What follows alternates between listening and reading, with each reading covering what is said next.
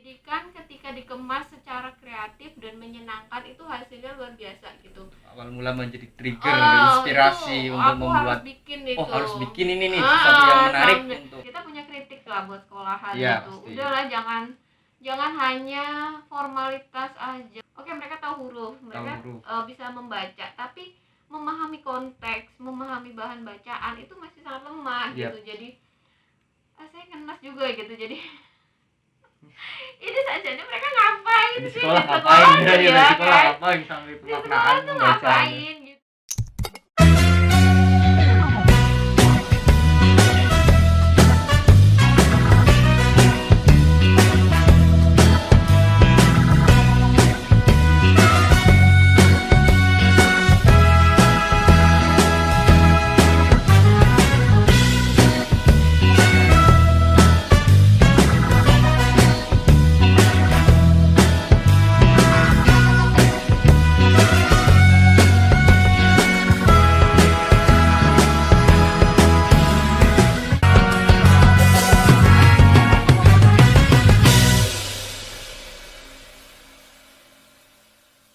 Assalamualaikum warahmatullahi wabarakatuh. Selamat malam sahabat-sahabat semua.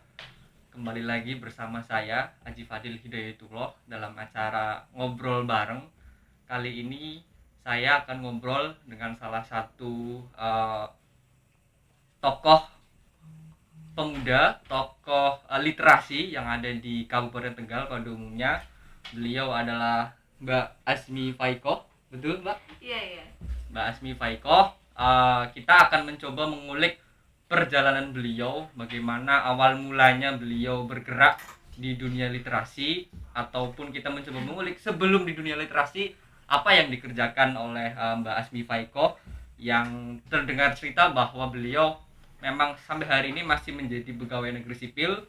Dulunya merupakan pegawai negeri sipil di salah satu Sekretariat DPD RI, kemudian sekarang sudah pindah di Tegal dan aktif di pegiat literasi di Kabupaten Tegal. Mari kita mencoba mendiskusikan, Mbak, awal mula kita mencoba mengulik awal mula Mbak terjun ke dunia literasi yang ada di Kabupaten Tegal, bagaimana pendirian salah satu gerakan literasi yang ada di Kabupaten Tegal. Iya, terima kasih. Selamat malam teman-teman. Makasih Haji.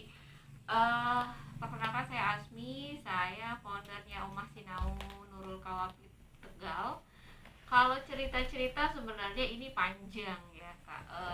Kalau Umah Sinau sendiri berdiri 2017 ya? Tapi mimpinya itu udah jauh ketika saya masih kuliah tahun kuliah tahun berapa itu Mbak? Sekitar 2006. Tapi sebenarnya lebih ke concern ke pendidikan sih. Jadi kan karena kampusku kampus pendidikan ya, IKIP Surabaya UNESA sekarang. Jadi karena background kita pendidikan, terus sering juga ketemu pegiat-pegiat pendidikan. Awalnya saya terinspirasi sama waktu itu ada acara di kampus lah maksudnya. Acara apa itu namanya? Kalau nggak salah itu cuma pelantikan pengurus komisariat. Pengurus komisariat itu, ya? PMI UNESA. Terus mengundang tokoh pendidikan dari Solo Tigo, Mas Ahmad Bahrudin yang pendiri Qoryah Thayyibah. Dia cerita tentang kegiatannya membangun sekolah Qoryah Thayyibah, dulu sekolah ya, sekarang sih namanya Sanggar atau apa aku lupa. Itu buat aku membekas banget. Jadi itu iya, ini kayak maksudnya pendidikan ketika dikemas secara kreatif dan menyenangkan itu hasilnya luar biasa gitu. Awal mula menjadi trigger, inspirasi untuk membuat harus bikin ini nih sesuatu yang menarik untuk sampai akhirnya Pak Bahrudin pulang, aku tututi berapa hari kemudian gitu. Aku main ke Salatiga, lihat sendiri bagaimana Qoryah Thayyibah berjalan. Itu udah gila, udah kayak orang tuh sakau gitu lah ya, maksudnya pengen banget gitu. Maksudnya bayangin yang didapat anak-anak itu hampir sama dengan yang saya dapat ketika kuliah, terutama kegiatan di ekstra kampus. Maksudnya daya kritisnya, eksperimen yang gila liar gitu. Maksudnya kalau kamu pernah nonton film Dead Food Society, itu memang gimana ya, anak muda dikasih kebebasan untuk berpikir merdeka gitu, difasilitasi dengan apa yang kita punya gitu. Itu hasilnya efeknya luar biasa gitu. Saya merasakan itu 4 tahun kuliah, di 4 tahun. Bayangin ketika anak-anak kecil mereka dibiasakan dengan lingkungan edukatif yang Iya. merangsang nalar kritis, Nalar kritisnya kreativitas. udah di jalan melalui Bayangin itu gerakan dimulai literasi dari tersebut. nggak cuma literasi tapi intinya lebih ke pendidikan yang Oke. merdeka gitu, pendidikan yang benar-benar orang boleh jadi dirinya sendiri Ya. gitu. Makanya mimpi itu lama gitu kan. Saya sempat merintis juga tahun 2006 itu kita namanya fresh graduate Ya, kan semangatnya masih tinggi masih tuh, menggelora gitu ya. masih menggelora. Saya ngobrol sama orang-orang sepuh di sini gitu, kebetulan juga ada salah satu di sini yang bertugas di Dinas Pendidikan Kabupaten Tegal. Waktu itu beliau menginisiasi sekolah paket ya, kejar paket. Sekolah kejar paket sempat ya. mengajar juga 1-2 bulan gitu.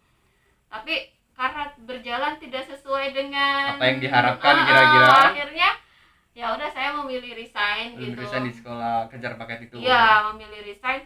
Tapi padahal waktu itu saya sangat berharap gitu karena pintu masuknya sudah betul gitu. Karena di Korea Toyiba itu kan juga akhirnya hanya memakai format PKBM, pendidikan tempat pendidikan masyarakat itu kan, berbasis masyarakat.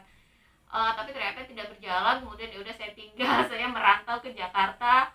Kemudian jadi ya serabutan sampai akhirnya jadi buruh negoro. Saya membranding diri saya sendiri gitu, buruh negoro. Jadi keterima PNS dan lain sebagainya, hampir lupa gitu lah ya mimpinya gitu. Tapi kemudian 2006 itu saya jenuh gitu. Di Jakarta itu udah titik jenuh ya, maksudnya udah ada masalah beberapa juga. Akhirnya saya escape gitu lah ya, mencari refresh diri juga. Akhirnya terus dapat info teman-teman juga, akhirnya saya ikut workshop lagi, belajar lagi tentang pendidikan alternatif juga. Maksudnya ketemu lagi dengan orang-orang dengan mimpi-mimpi yang sama gitu. Jadi itu tuh kayak recharge banget gitu. 2017 saya belajar ke Jogja, ketemu dengan komunitas Sanggar Anak Alam, pendidikan Pak Toto sama Bu Wahya.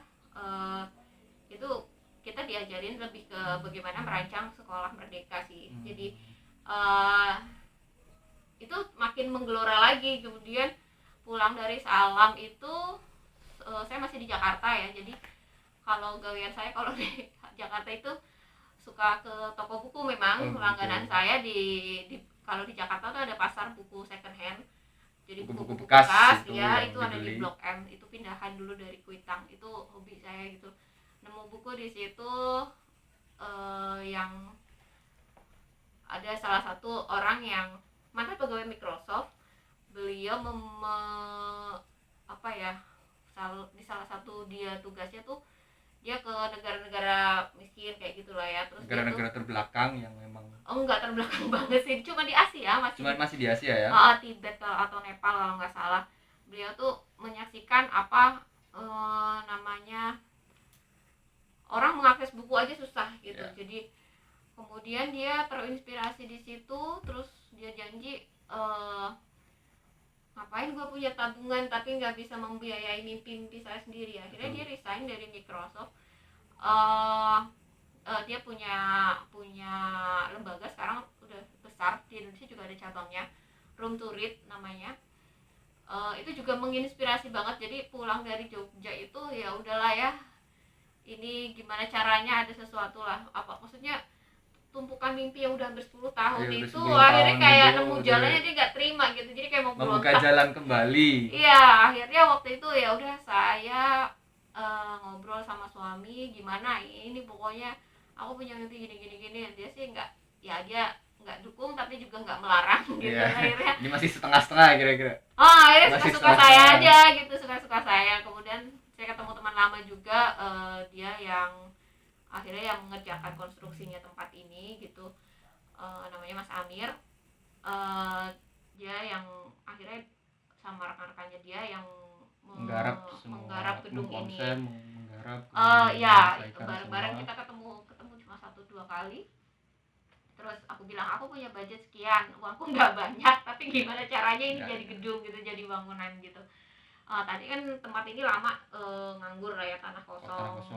Terus akhirnya 2017 itu dibangun tempat ini. Ya udah waktu itu juga saweran, jadi saya memang gimana ya, kalau yang mimpi saya sendiri kan, yang Iya. berdoa saya sendiri gitu. Maksudnya saya pengen kalau yang doa banyak orang siapa tahu gitu lebih lancar atau lebih barokah lah kalau orang NU gitu ya, lebih barokah gitu, banyak yang doain. Akhirnya waktu itu saya bikin crowdfunding juga, buka akun di kitabisa.com.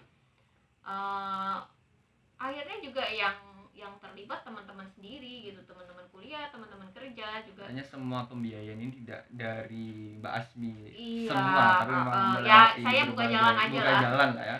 Saya buka jalan aja, selanjutnya orang-orang baik banyak sekali gitu mendukung. Kemudian nah saat saya crowdfunding itu ketemu dengan salah satu yang sesepuh pendiri pegiat literasi Tegal. Waktu itu ditemu judulnya ada namanya Mas Kamal. Mas Kamal ya, yang dari Bojong itu. Beliau malah kontak saya duluan gitu, Mbak, ini aku tahu dari kampanye Mbak Asmi ini.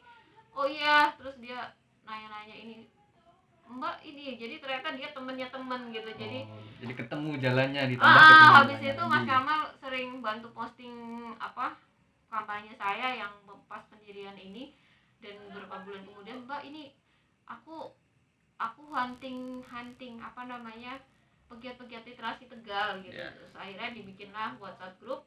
Waktu itu mungkin hanya 10 atau berapa puluh orang gitu. Dari 2017 itu jadi berbarengan. Jadi Umas Sinau ini dibangun, kemudian bibit-bibit komunitas juga mulai bangun. Jadi mulai terbangun. Iya, atas inisiasi Mas Kamal lewat WhatsApp group itu udah mulai kumpul gitu. Jadi semua. Saya nggak ngerasa sendirian gitu. Jadi alhamdulillah langsung kayak ketemu banyak orang-orang yang sevisi gitu lah ya, punya mimpi-mimpi yang sama. Akhirnya ya udah itu jadi 2017 tuh kayak bruk semuanya ketemu jalan. Jadi proses pembangunan ini sudah berapa tahun kemudian sampai didirikan, sampai kemudian mengadakan kegiatan yang sifatnya pendidikan alternatif tadi yang disampaikan Mbak Asmi, kemudian juga bergerak bersama dengan komunitas-komunitas literasi yang ada di Kabupaten Tegal terutama ataupun di Tegal. Artinya gerakan-gerakan alternatif apa yang hari ini sudah sering dilakukan lah, kira-kira begitu, dari mulai awal pendirian, kemudian proses pendirian berapa tahun, sampai kemudian bekerja sama dengan komunitas-komunitas literasi yang ada di Kabupaten Tegal itu, Mbak. Kalau berapa lama, kalau waktunya sih pembangunan ini sekitar 6 bulan lah ya, bangun tempat ini tuh dari sekitar Maret 2017 itu sampai September. Karena slow ya gitu. Slow karena memang irit gitu. Anggaran juga kira-kira gitu. Jadi kalau ada uang dibangun, nanti kalau pending dulu. Kalau ini juga pending gitu. Jadi itu kemudian 2017 kita buka itu, syukuran itu Oktober 2017. 28 Oktober dibarengin sama ulang tahun saya. Gitu, jadi sekalian gitu. Jadi kita tuh bikin tumpengan di bawah gitu, ngundang tetangga-tetangga lah ya, anak-anak sekitar sini gitu. Juga bikin event pembukaan syukuran. Waktu itu juga kopdar pertama rasanya komunitas Tegal Membaca. Kopdar pertama di sekaligus pembukaan ini ya, Mbak? Iya, saya undang sekaligus. Iya, itu WhatsApp grupnya udah bentuk ya. Jadi kita broadcast di situ. Ada beberapa teman karena belum pernah ketemu muka, jadi datang. Aku juga nggak tahu juga. Terus juga aku nggak tahu orang-orangnya kan. Jadi mereka datang, kok kita nggak disambut? Ya maaf, aku belum kenal gitu kan, belum tahu. Karena masih bingung, belum kenal. Iya, kan hanya tahu nomor HP-nya aja ya. Jadi memang kayaknya sih kopdar pertama gitu. Jadi waktu itu pembukaan sekaligus kita kita bikin kayak, sebenarnya itu kita bikin buku lah ya, kecil, menceritakan gimana prosesnya berdirinya Umas Sinau ini. Lebih ke pemikiran saya sih waktu itu. Tapi buku itu juga sekaligus kayak laporan pertanggungjawaban lah. Jadi saya bikin catatan dari donatur. Jadi donatur siapa aja, nama siapa, nyumbang berapa, dokumentasikan itu dengan baik, dibukukan lah kira-kira. Saya posting juga perkembangan donasi di kitabisa.com. Jadi laporan saya selain di kitabisa.com juga saya bikin di buku. Sayang bukunya udah habis. Jadi kita nggak bisa tunjukin, ada soft copy-nya aja. Itu jadi itu karya pertama Umas Sinau.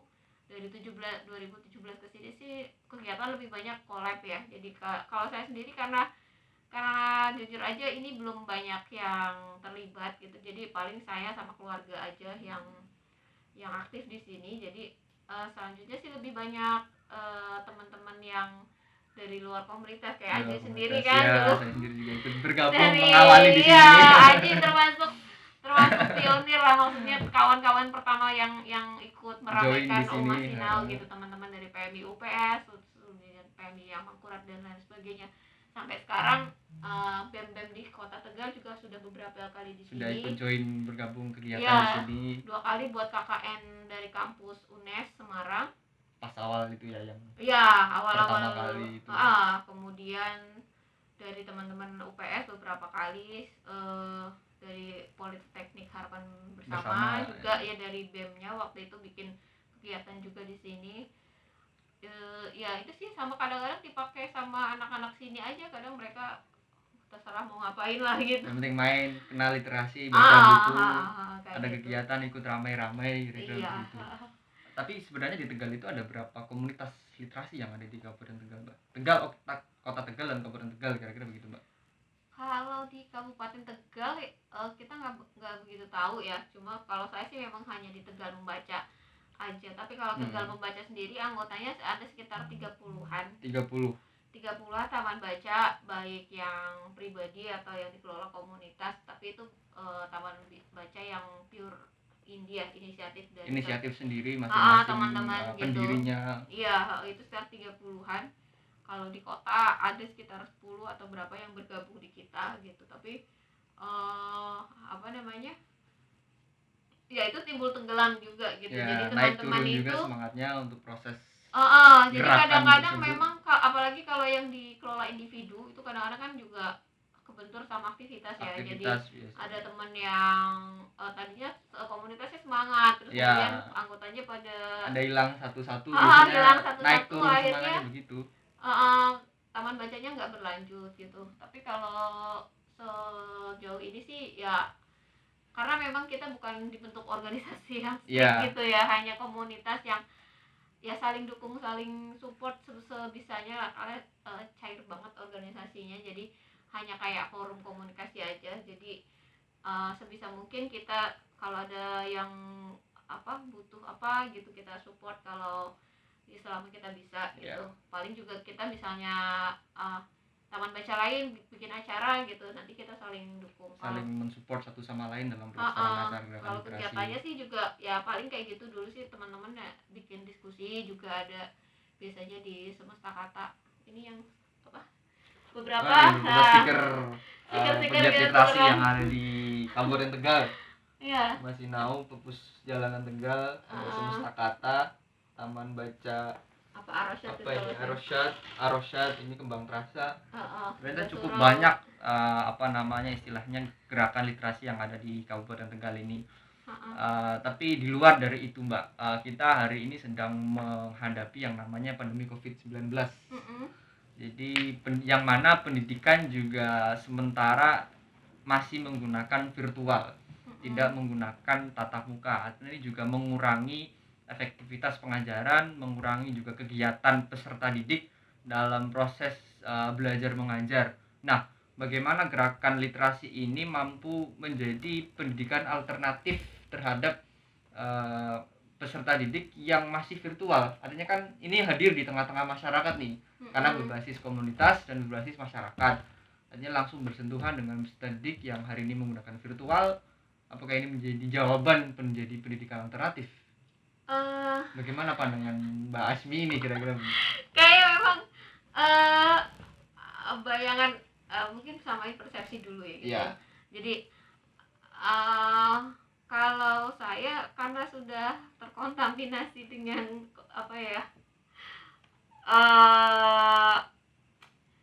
gimana ya, kalau di pendidikan alternatif itu kan sekolah atau belajar itu tidak melulu terbatas dengan kelas atau sekolah pada umumnya lah ya, tapi memang kalau dalam Islam sendiri kan belajar itu bagaimana dari sejak dalam kandungan sampai ke liang lahat gitu. Harusnya itu proses yang mungkin acak gitu, cuma kita belajar tuh untuk jadi apa sih gitu kan. Jadi kan sebenarnya saya ini juga termasuk yang agak bersyukur gitu sama adanya corona bersyukur. Baca buku saya itu yang ada tulisan saya itu memang kita punya kritik lah buat sekolahan ya, gitu. pasti. Udahlah jangan hanya formalitas aja, maksudnya sebelumnya kan juga ada kegiatan di sini, jadi beberapa anak minta diajarin les lah ya, les bahasanya gitu. segala macam. Itu memang kita ini gimana ya, anak-anak sekolah gitu, ya, anak tapi sekolah formal. Tapi kemudian mereka membaca aja lah, dalam hal membaca. Oke, mereka tahu huruf, mereka bisa membaca, tapi memahami konteks, memahami bahan bacaan itu masih sangat lemah gitu. Jadi saya ngenas juga gitu. Jadi ini sajanya mereka ngapain di sih sekolah di ngapain sekolah ya kan? ngapain sampai Di sekolah tuh pembacaan ngapain gitu. Jadi akhirnya kalau yang belajar sama saya ya udah saya ajak main-main aja gitu. Jadi gimana mereka mengenal diri sendiri. Tapi memang problemnya karena mungkin di sekolah itu kan one way ya, jadi biasanya satu arah, guru ngajarin semua terus anak harus paham gitu kan, jadi paham. Mereka tuh shock gitu kalau dipaksa harus muncul inisiatif itu agak berat gitu. Jadi ketika saya bebasin mereka bengong lama gitu loadingnya. Jadi waktu itu juga saya pernah eksperimen, gimana kalau kalian saling mengajari aja. Jadi misalnya aku tanya satu-satu, kamu bisanya apa, kamu bisanya apa, itu tuh mereka bingung gitu. Padahal saya tahu kalau mereka main di sini atau mereka apa tuh, saya lihat mereka tuh sebenarnya jago dalam satu hal, cuma kan itu suka dianggap nggak penting sama sekolahan kan gitu. Jadi potensi-potensi yang kecil gitu tapi itu nggak guna di sekolah nggak gitu. terfasilitasi Jadi dengan baik, gimana gitu, jadi kayak terakhir kemarin anak saya sendiri lah, dia memang suka ngedance kan dari sebelum sekolah SD juga dia suka ngedance gitu. Dan ketika dia off sekolah justru dia boleh latihan tuh semuanya. Kalau di sekolah kan juga dia nggak bisa gitu kan, orang harus duduk diam dengerin gitu kan dengan kurikulum yang ada kira-kira gitu. Jadi gimana ya, sama ya gitu. Saya tahu anak-anak kan juga pegang gadget gitu, jarang orang tua yang bisa mengarahkan lah ya anak-anak dengan gadgetnya tuh mau apa gitu, mau memilih apa permainan atau aplikasi-aplikasi gitu. Kalau saya lihatnya ya udah kamu boleh main gadget tapi kamu bisa sesuatu gitu. Akhirnya anak saya lebih suka edit gambar gitu, bikin gambar-gambar digital gitu. Saya perhatiin aja, ya udah nggak apa-apa, dia jelas. Yang penting kita orang tua punya apa ya, masih bisa mengontrol lah ya, selama itu nggak yang asusila atau apa atau kekerasan. Saya pikir nggak masalah juga, yang penting diarahkan gitu. Jadi saya biasanya malah kalau ada apa-apa minta tolong anak saya, edit foto, edit apa, bikin video juga. Waktu itu kan anak-anak main TikTok, main apalah, kreasi-kreasi dengan video. Jadi saya termasuk orang tua yang bersyukur justru ketika anak-anak itu nggak harus ke sekolah tiap hari gitu. Dia bisa explore gitu, eksperimen saya dengan gitu berbagai macam hal. Waktu itu saya yang les di tempat saya itu saya kasih PR-nya itu saya bawain biji asem. Biji asem buat apa itu mbak? Pelajaran jadi gini, sebelumnya saya udah nyebar, saya beli asam Jawa, asam yang manis tuh kan orang sini kalau bisa biji klungsu itu ya. Saya bilang coba kamu ini bawa pulang terus disebar di tanah, coba amatin berapa hari butuh tumbuh jadi apa, keluar campahnya seperti gitu. Dicatetin aja. Itu juga anak bingung kan nggak pernah diarahkan untuk bisa seperti itu. Iya, jadi kayak gitulah. Kalau di sini kita jadi lebih membebaskan proses pendidikan yang ada. Iya, bahwa prinsipnya belajar ya di mana saja, dengan apa saja, sama siapa saja gitu. Jadi menganggap lingkungan kita tinggal itu ya kelas yang sangat besar, itu kita boleh ngapain aja ya, eksperimen kehidupan lah kira-kira begitu. Kita harus gitu, memaknai segala macam. Iya, jadi kan waktu itu juga sempat anak saya juga dia pengen pelihara kucing gitu kan. Saya bilang ya udah kamu kasih nama kucingnya, terus kamu catetin sekarang berat badannya berapa, terus nanti diamatin berapa bulan kucingnya tambah besar apa tambah kurus gitu. Kayak gitu. Itu kan juga banyak ya, maksudnya bagian dari proses pembelajaran juga seperti itu. Iya, kita ngajarin empati, tanggung jawab sama hewan peliharaan misalnya gitu. kemudian menghitung misalnya dia bikin jadwal makan, bikin apa kayak gitu-gitulah maksudnya. Dari proses seperti ini kemudian pendidikan itu bisa terlahir dengan baik. Iya sih, sebenarnya gini, eh ini agak lucu gitu. Jadi ketika saya awal-awal pulang ke Tegal itu, saya sempat ditanya sama seorang gitu ya, anggota DPR di kota Kabupaten Tegal. Kabupaten Tegal. Dia kaget gitu kan, maksudnya dari desa saya kan nggak pernah tuh orang tampil lah ya gitu. Saya pikir ngenes amat, kampung gue nggak ada yang kenal gitu kan. Saya pengen anak-anak di sini juga punya pengalaman dengan adanya tempat ini kan, ini pertemuan banyak orang ya. Jadi saya pengen juga anak-anak di sini tuh biasa ketemu orang gitu kan, ketemu apa maksudnya, mereka sudah bersosial lebih luas, sosialisasi gitu, jadi punya pengalaman gitu. Ketika saya bikin acara di sini misalnya nonton bareng film atau bikin diskusi atau kegiatan yang juga melibatkan mereka gitu kan, mereka punya pengalaman gitu kan, gitu. Pengalaman banyak juga. Iya, ibaratnya saya aja yang misalnya baru bisa bergaul itu mungkin setelah kuliah atau kan ketemu banyak orang gitu, terus sampai bisa apa di Jakarta kemudian pulang kembali gitu. Jadi saya pengen membuka pengalaman lah gitu, jadi anak-anak itu terbiasa dengan orang baru gitu, dengan orang-orang di luar mereka gitu. Jadi tidak jadi katak dalam tempurung sih kayak gitu. Tapi uniknya kita mencoba mengulik cerita pribadi Mbak Asmi nih, karena sebelum beliau di Tegal itu sebenarnya di Jakarta itu sudah dibilang cukup mapan karena sudah bekerja di PNS, di sekretariat DPD RI, dan sudah keliling ke negara tetangga ataupun ke negara lain, juga keliling kota, tapi memutuskan pindah ke Tegal yang ya boleh dikatakan secara kos itu berbeda antara di sekretariat kemudian dipindah di salah satu pemerintah kota Tegal. Nah, ini gimana ceritanya, Mbak? Dari sekretariat DPD RI ya? Ini kemudian pindah ke Tegal, apakah karena adanya masih memutuskan untuk pindah, apa memang dari dulu memang ingin pindah lebih lama, cita-citanya pindah ke Tegal gitu, apa sudah cukup papan pindah ke Tegal gitu, gimana? Ini karena penasaran nih. Kita harus mengulik pribadinya. Gimana ya? Jadi kalau balik lagi kayak awal tadi saya bilang, saya membobong mimpi itu dari lama gitu. Jadi 2006 bayangin gitu, saya udah pengen ini pengen itu gitu. Mungkin juga itu cara Tuhan menjawab doa saya lah, maksudnya.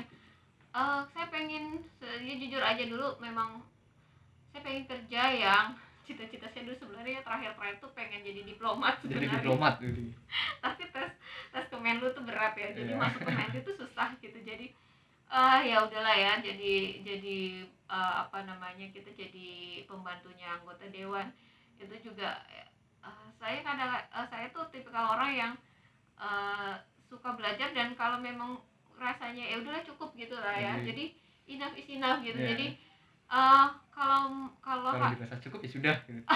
Jadi gimana ya, jadi sama itulah antara impian sama ibaratnya tuntutan hidup ya. Tuntutan hidup. Cuma kan kita harus memilih gitu. Jadi mungkin karena background saya sebelumnya gitu, jadi kita terbiasa dengan aktivitas yang tidak hanya diri sendiri gitu lah ya. Jadi orang tua saya juga kan hidupnya itu buat masyarakat gitu. Jadi kalau saya mau nyaman sendiri mungkin saya diem aja di Jakarta. Di Jakarta udah beres sudah. Udah saya nggak kenal lagi, saya nggak kenal teman-teman semua kira-kira ada garapan yang gitu. seperti ini. Bodo amat gitu kan. Jadi tapi ya nggak bisa kayak gitu gitu. Jadi maksudnya gimana ya, kalau di apa namanya, ibu saya sih dia waktu dulu ngasih kenang-kenangan itu kaligrafi gitu, cuma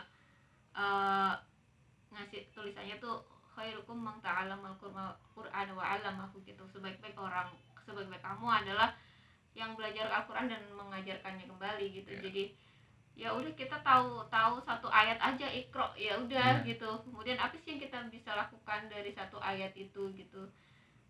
Buat saya itu mungkin sekilas kayak nasihat biasa lah ya, standar gitu. Tapi buat saya itu bermakna banget bahwa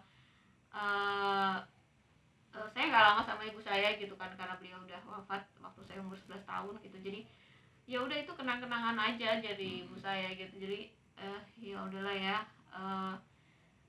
mungkin itu jalannya gitu. Jadi ya udah akhirnya pertimbangan banyak hal gitu, jadi memutuskan pindah. Karena jadi ketika saya memulai Rumah Sinau ini kan saya belum ngajuin, baru ini udah jadi, baru saya proses pengajuan untuk pindah. Gitu. Itu pun prosesnya agak lama karena apalah, sebenarnya karena birokrasi aja, hampir 2 tahun sampai akhirnya 2019 ya udah sebagian mimpi saya aku pikir udah terwujud lah ya. Saya pengen jadi diplomat atau yang mewakili negara walaupun cuma pengikut aja. Ya udah pengalaman, dikasih bisa mengunjungi jalan-jalan pakai uang negara gitu.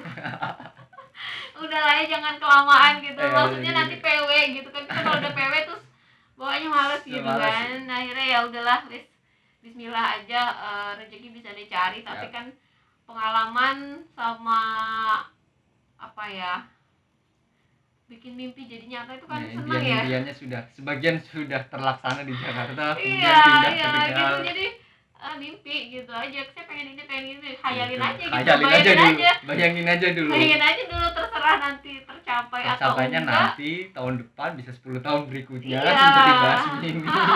Dari 2006 mimpi ketercapaiannya di tahun 2017 pelaksananya. Iya, hampir 11 tahun lah. Jadi itu ya entah kapan gitu. Jadi saya sih percaya aja gitu. Jadi mimpi aja dulu, bayangin aja dulu kita mau apa gitu. Jadi terserah, ibaratnya sama gini, di salah satu workshop yang saya ikuti itu kayak Tuhan itu kan kayak menitipkan satu benih di setiap manusia ya. Maksudnya kan ada orang yang memang dia ya udah bibit lu tuh seniman gitu, atau bibit lu tuh kori yang suaranya bagus gitu kan, atau bibit lu tuh presenter yang kayak kayak Mbak Najwa Shihab gitu kan. Itu tuh buat saya itu dan penting gitu lah menjawab panggilan itu gitu. Kayak ya udah kamu dipasrahi bakat seperti ini gitu. Itu buat saya waktu itu panggilan yang sangat keras ya. Udah kayak orang jawabin haji aja waktu itu. Labbaik, saya jawab panggilanmu ya Allah, kayak gitu.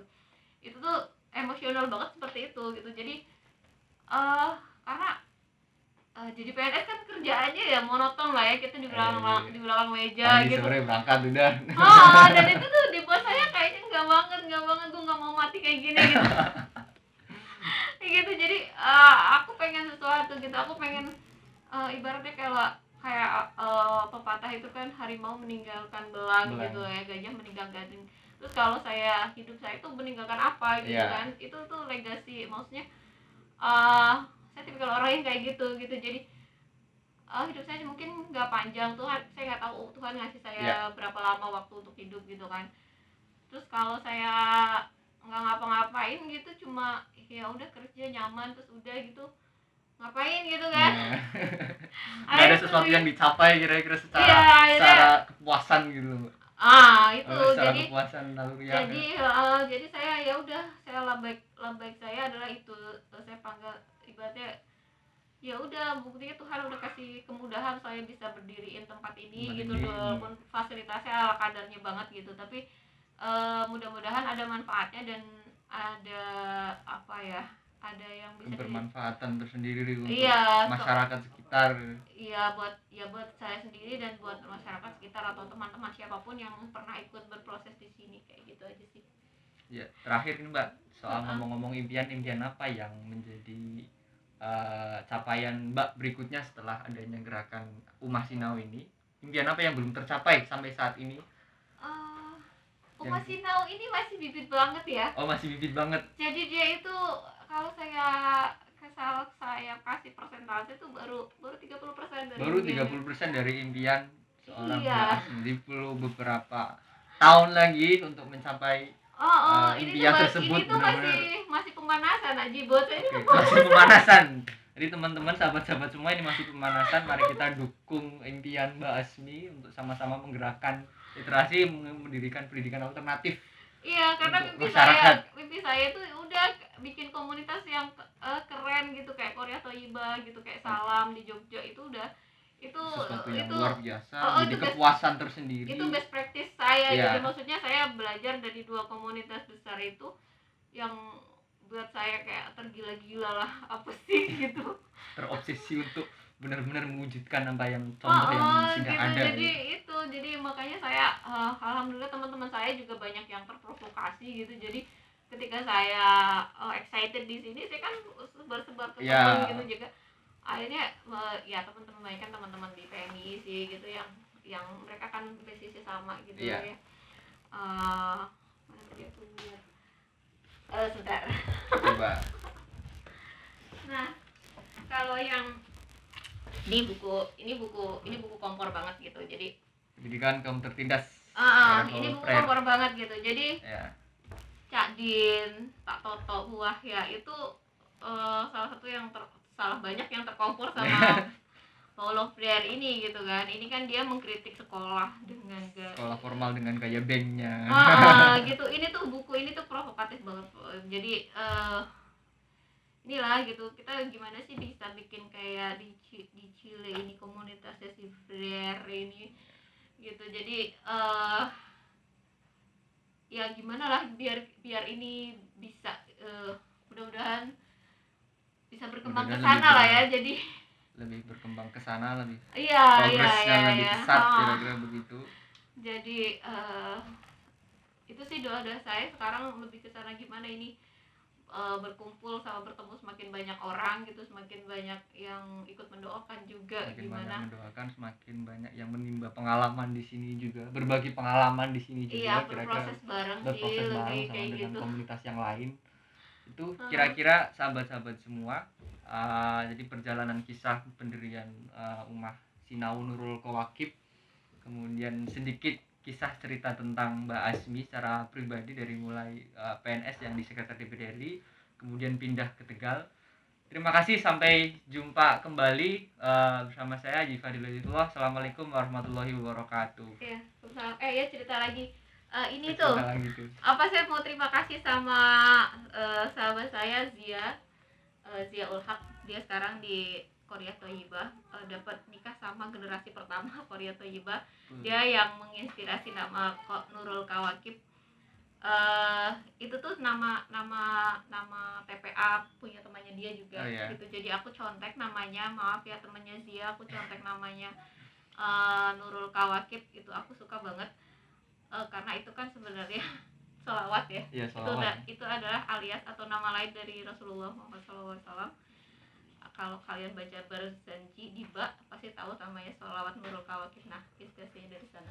Terinspirasi nama tersebut dari situ. Iya. Terima kasih sahabat.